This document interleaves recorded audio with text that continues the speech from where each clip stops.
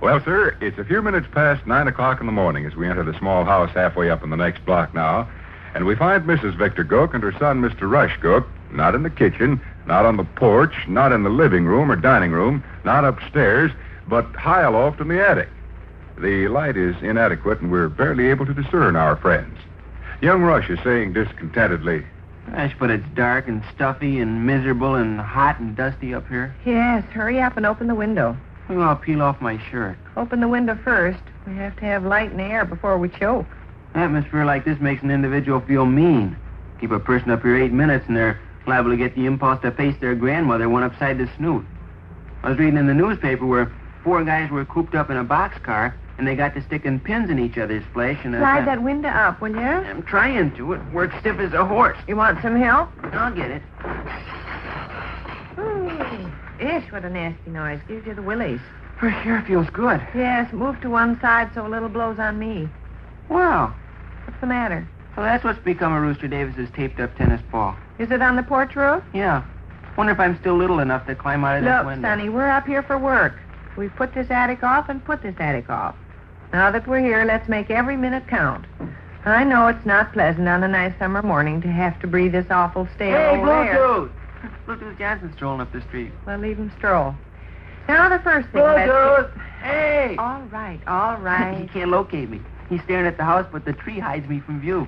Come here and see the bewildered expression he's got on his face. Look up over your head, Bluetooth. I'm on top of the telegraph pole. He bit. He's looking up. No, the other telegraph pole, Bluetooth. Rush, we're not going to have any shenanigans, and that's all there is about it. Come away from that window. Let's pitch in and use some elbow grease and get through. Shouldn't take us more than an hour and a half if we hustle. An hour and a half?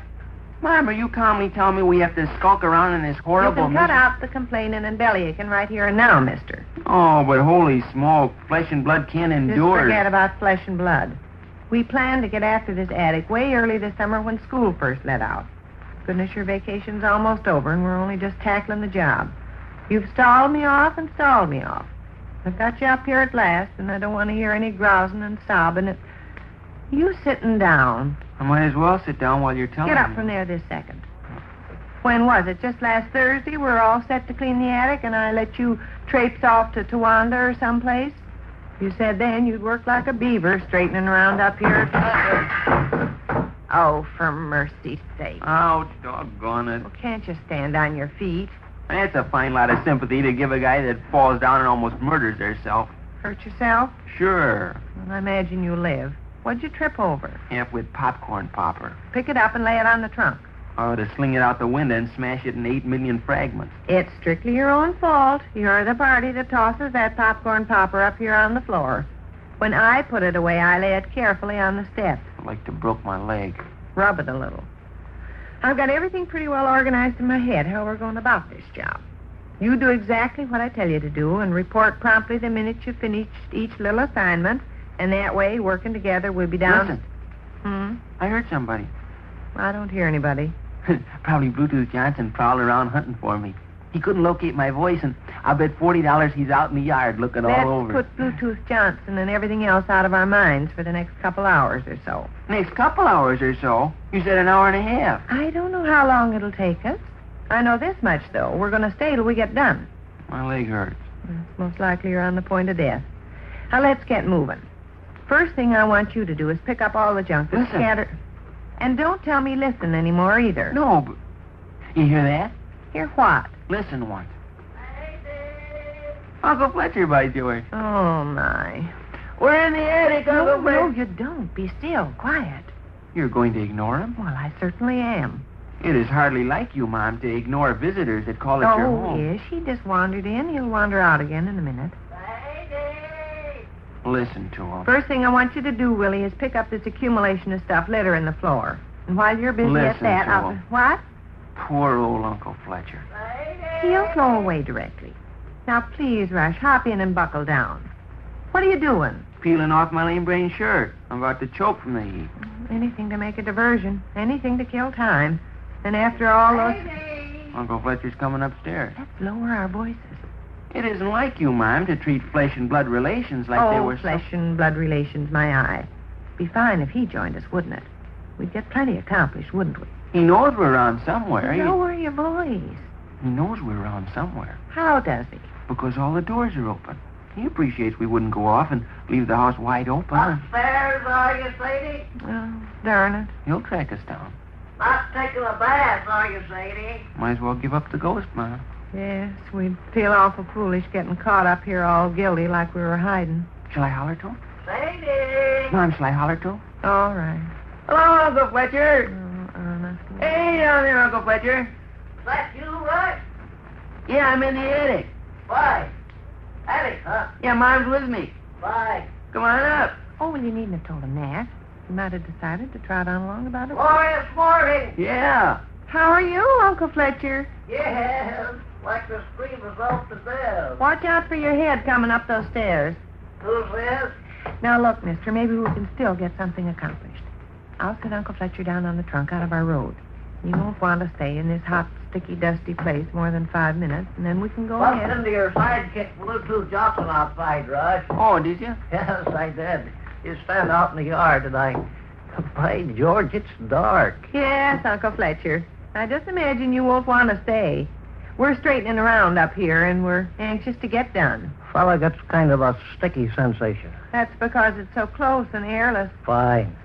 Sadie, I saw Ted Stembottom a while ago also. Fred, Willie, you needn't stand there. Have you picked up one single thing yet? No, I'm still peeling off my shirt. Oh, well, honest. Oh, sure. Yes, I saw old Ted Stembottom. Fred, stand bottom. That's what I say. I jollied him. Ted and I jolly back and forth all the time. Ted, I said, you ought to be arrested for ordering this weather. Ted laughed. The weatherman's a scoundrel, he says. I believe the next time I see him, I'll punch him in the nose. I give old Ted back as good as he said. Ted, I said, looking serious and not letting on. They say there's going to be a law passed to forbid everybody Uncle to wear their Fletcher, why don't overshoes you- unless the temperature's 40 below zero. Furthermore, Ted, I said, I noticed... Uncle Fletcher. You heard this joke, have you, Sadie? No, I was just going to suggest that maybe you'd like to sit down on the trunk there. Glorious. That way, Rush and I can go ahead with our work. Yes. Now, stop the stalling, you. We've been here almost half an hour, and what have we done? Absolutely nothing. That's good for about all the nonsense I'm going to stand for. Uh-oh. Goodness, Uncle Fletcher. I fell down. You didn't hurt yourself. Sure, I hurt myself. Think I fell down for fun. What'd you trip over? Numbskull popcorn popper. You didn't pick up that popcorn popper. I started to, but you attracted my attention by giving a speech about all the stuff you wanted me to do, and in order to Pick listen... it up now. Uncle Fletcher might have killed himself. Yes. Didn't come any closer to killing himself than I did. Pick up that popcorn popper, not another word. Sadie, do you remember Irma Flo Kessie there in Belvedere? No. Moved to Dubuque, Missouri, married a man 36 years old, and later died. No. Rush, I've warned you. I'm picking up stuff. I got my arms full of stuff I picked up. Well, keep right on. No more dawdling. Rush, this Irma Flo Kessie, that was such a great friend of your mother's there in Belvedere, used to have a little habit of slapping her husband's face in public. She was a peevish woman, see? Least little thing make her mad. Going, Rush? Uncle Fletcher's talking to me. You can listen and work. How's that? Nothing. Uh-huh. Well, sir, Rush, Irma Flo Kessie's husband would say, I believe it's going to rain, Irma Flo.